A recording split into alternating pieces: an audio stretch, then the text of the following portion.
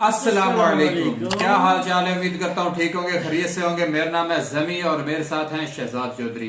आज की वीडियो का टाइटल मैं आपको बता देता हूँ। आज की वीडियो का टाइटल है Swami Vivekananda, youth icon of India.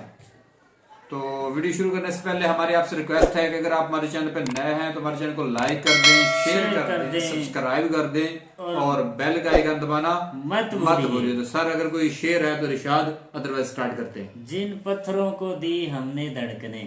वाह क्या बात है। ये एक खास बंदे के नाम है जी। जिन पत्थरों को दी हमने धड़कने, आज जुबान मिली तो हमें पे बरस पड़े। वाह क्या बात है, क्या बात है। चलो शुरू करते हैं, लेट्स स्टार्ट। भारत की जो सबसे बड़ी यूएसपी है उनमें से एक है भारत का यूथ पॉपुलेशन। स्टैटिस्टिक्स के हिसाब से इंडिया दुनिया के यंगेस्ट देशों में से एक है और इसी यूथ एनर्जी को, युवा शक्ति को सेलिब्रेट करने के लिए हम मनाते हैं युवा दिवस यानी यूथ डे। इंडियंस को यह खास दिन तोहफे में दिया है जिस संत ने, उनका नाम है स्वामी विवेकानंद। आज हम आपको बताएंगे 3 वजहें जो स्वामी विवेकानंद जी को विश्व गुरु भारत का चेहरा बनाती हैं। यह वीडियो अगर आपको पसंद आए तो इसे अपने दोस्तों से जरूर शेयर करिएगा।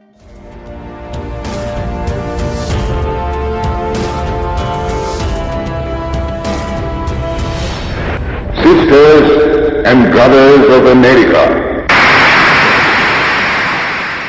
देखिए, हम जब भी इंडिया की बात करते हैं या इंडिया को आगे रखने की बात करते हैं तो हमेशा ये कहते हैं कि भारत विश्व गुरु बनने की क्षमता रखता है।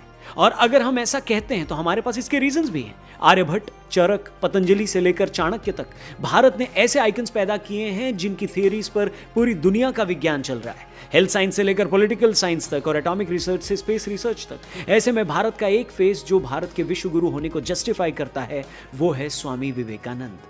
पहली चीज जो स्वामी जी को विश्व गुरु का चेहरा बनाती है वो है उनका नॉलेज, उनका ज्ञान। विवेकानंद जी ने बचपन में ही बहुत सारा नॉलेज इकट्ठा किया था और करते भी क्यों ना। जिनके पास रामकृष्ण परमहंस जैसा गुरु हो, उनके पास ज्ञान की कमी क्यों होगी। छोटी उम्र में ही स्वामी विवेकानंद जी ने वेद, वेदांत, उपनिषद और दूसरे हिंदू धर्म के शास्त्रों को पढ़ लिया था और पढ़ ही नहीं लिया था बल्कि अपने अंदर इम्प्लांट कर लिया था।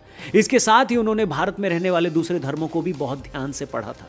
अगर हिंदू धर्म या सनातन धर्म की बात करें तो विवेकानंद जी ने उसको इतना डीपली स्टडी किया था कि कोई भी व्यक्ति हिंदू धर्म की बात पर उनसे डिबेट कर सकता था। जब हम स्टडी की बात करते हैं तो उसका मतलब सिर्फ पढ़ना नहीं होता, उसको पढ़ना, समझना और अपने अंदर ढाल लेना होता है। सनातन धर्म दुनिया का सबसे पुराना धर्म है। हजारों सालों के इतिहास में सनातन धर्म को कई तरीकों से लिखा गया है, कभी कहानियों के माध्यम से, कभी कविता या श्लोक के, तो कभी सिर्फ मुंह से कहकर। इनमें से कई बातों में मतभेद भी हैं।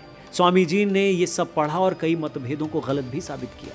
इसके साथ साथ विवेकानंद जी एक कंटिन्यूस ट्रैवलर रहे जो दुनिया भर में घूम घूम कर वहां के कल्चर और रिलीजन को स्टडी करते रहे, जिसकी वजह से उनके नॉलेज का जो रेडियस था वो रोज बड़ा हो रहा था। तो अगर भारत की सनातन परंपरा से एक ऐसा नाम लेना हो जिसको सनातन धर्म और संस्कृति का इतना ज्ञान हो और दुनिया के सामने वो सनातन का चेहरा बन सके, तो स्वामी विवेकानंद जी का नाम सबसे पहले आता है।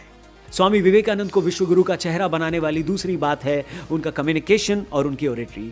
ज्ञान और नॉलेज एक बंद बक्सा है, कम्युनिकेशन उस बक्से की चाबी है। स्वामी विवेकानंद जी शुरू से ही पढ़ाई में अव्वल थे और एक्स्ट्रा करिकुलर एक्टिविटीज में भी हमेशा आगे रहते थे। इसकी वजह से उनकी ओरेटरी अच्छी होती चली गई और एक दिन इतनी अच्छी हो गई कि 11 सितंबर 1893 को शिकागो में दिया उनका भाषण आज भी दुनिया के अब तक के सबसे बेहतरीन भाषणों में आता है। मौका था विश्व धर्म संसद का, जिसमें भारत की तरफ से जो दमकता हुआ व्यक्ति वहां गया था उसका नाम था नरेंद्र नाथ दत्त यानी स्वामी विवेकानंद। भाषण में उनके पहले सेंटेंस पर ही 2 मिनट तक तालियां बजती रहीं और उनके स्पीच के खत्म होने तक दुनिया के सामने हिंदू धर्म और भारत का एक नया चेहरा एस्टैब्लिश हो चुका था।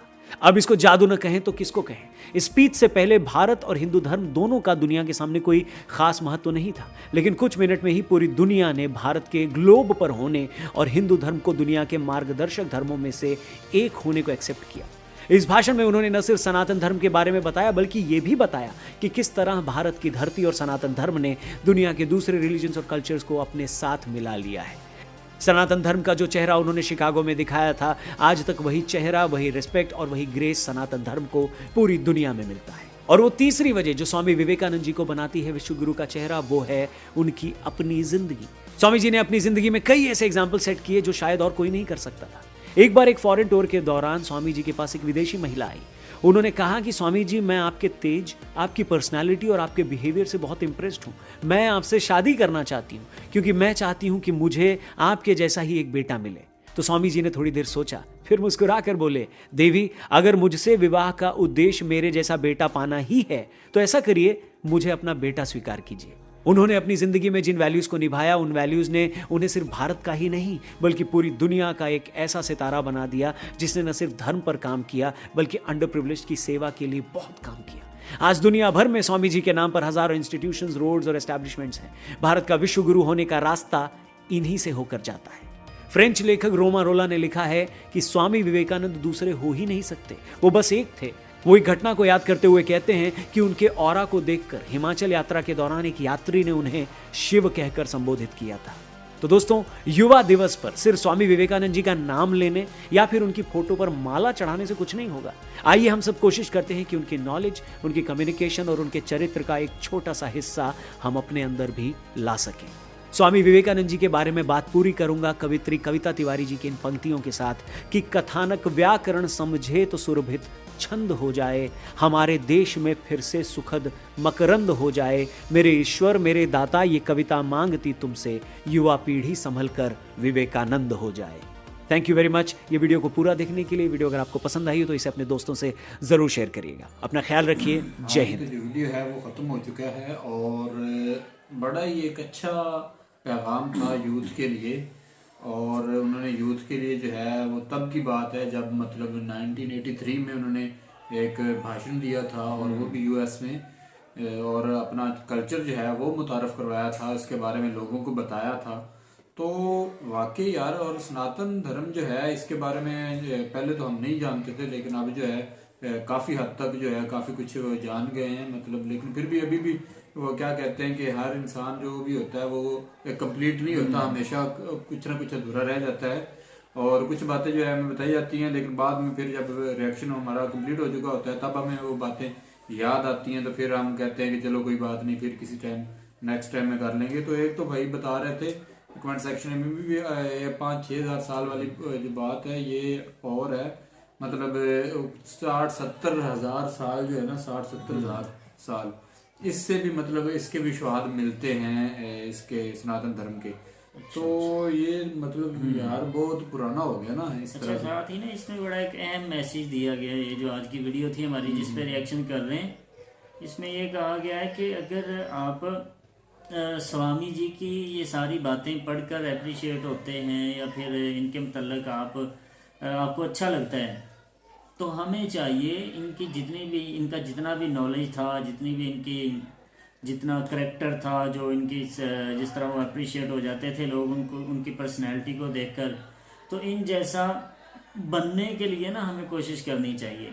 इनका नॉलेज जो इन्होंने पढ़ा लिखा, जो इन्होंने खुद पढ़ा, उसे रीड करना चाहिए, उसे लर्न करना चाहिए, फिर साथ ही साथ इसको मज़ीद आगे लोगों तक पहुंचाना चाहिए, उनकी तरह का करैक्टर अपना बनाना चाहिए वगैरह वगैरह। ये सारी बातें तभी जाकर किसी भी एक अच्छे इंसान की लाइफ पर हम क्या कहते हैं कि उस जैसा बनते बनते हम भी कामयाब हो जाते हैं। तो यकीनन उनकी पर्सनैलिटी और उनका एटीट्यूड, उनका रवैया, उनका नॉलेज, वर्क और सारा कुछ देख कर ही वो। अच्छा यार, यहाँ पे एक बात जो है ना वो मुझे बड़ी अच्छी लगी कि वो अपनी जब यात्रा पे गए थे, मतलब सारा तो मतलब लाइफ सारी उन्होंने यात्रा पे गुजार दी मुख्तलिफ कल्चर पढ़ने में। तो एक भाई ने तो मतलब उनको वैसे ही भगवान समझ लिया या मान लिया बाय फेस, मतलब मेरा ख्याल है उनको लगा होगा या इस तरह का।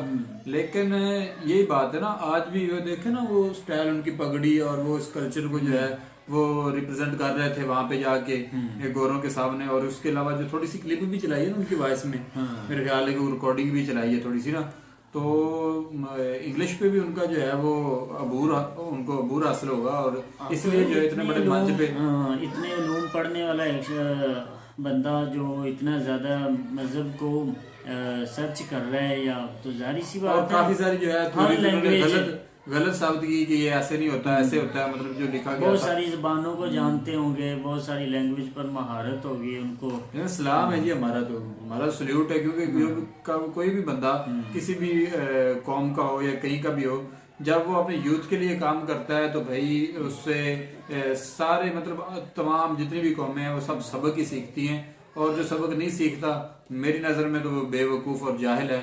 क्योंकि हम यहाँ पे कोट करते हैं जी फलाना, मतलब वो अक्सर शेक्सपियर को कोट करते हैं और इस तरह के कोटेशन हमारे यहाँ पे चलती रहती है। बिल्कुल ऐसे। तो उनको कोट करने की बजाय मैं तो यही कहूँगा कि अपने धरती के लोग, अपने लोग जो हमारे बाबा जदाद में से थे, उनका करैक्टर जो है वो लोगों के सामने, यूथ के सामने रखना चाहिए। तो इससे क्या होगा, इससे वो हमारी जो कौम, जैसा कि अक्सर लोग समझते हैं कि हम ना मजलूम से थे, मतलब हम पे जुल्म हुए और हमने मतलब क्या कहते हैं ज़िंदगी में कभी कुछ नहीं किया। हमारे यहाँ पे ऐसे है कि हमारे आबा अजदाद ने कुछ नहीं किया, इसलिए हमारे जो है आज के बच्चे जो है वो साइंसदान नहीं है, इस तरह का सीन है। तो भैया उनके करने से या ना करने से कुछ फ़र्क नहीं पड़ता। एक तो बात ये है, और दूसरी बात ये है कि आज की यूथ करेगी तो तभी फ़र्क पड़ेगा, अदरवाइज़ जो है कोई फ़र्क नहीं पड़ेगा। और पैगाम के हवाले से तो यही है कि हम अपने जो हीरोज़ हैं उनको याद रखें और उनकी बातें जो है अच्छी वाली बातें वो पिक करें और अपने बच्चों को बताएं, तो तभी जो है वो एक उनको पता चलेगा कि हम भी कुछ हैं, हमारे में भी कुछ दम है। तो वीडियो बड़ी अच्छी थी, हमें देख के बहुत अच्छा लगा। मिलेंगे नेक्स्ट वीडियो के साथ, तब तक के लिए हमें दीजिए इजाज़त। अल्लाह हाफिज़।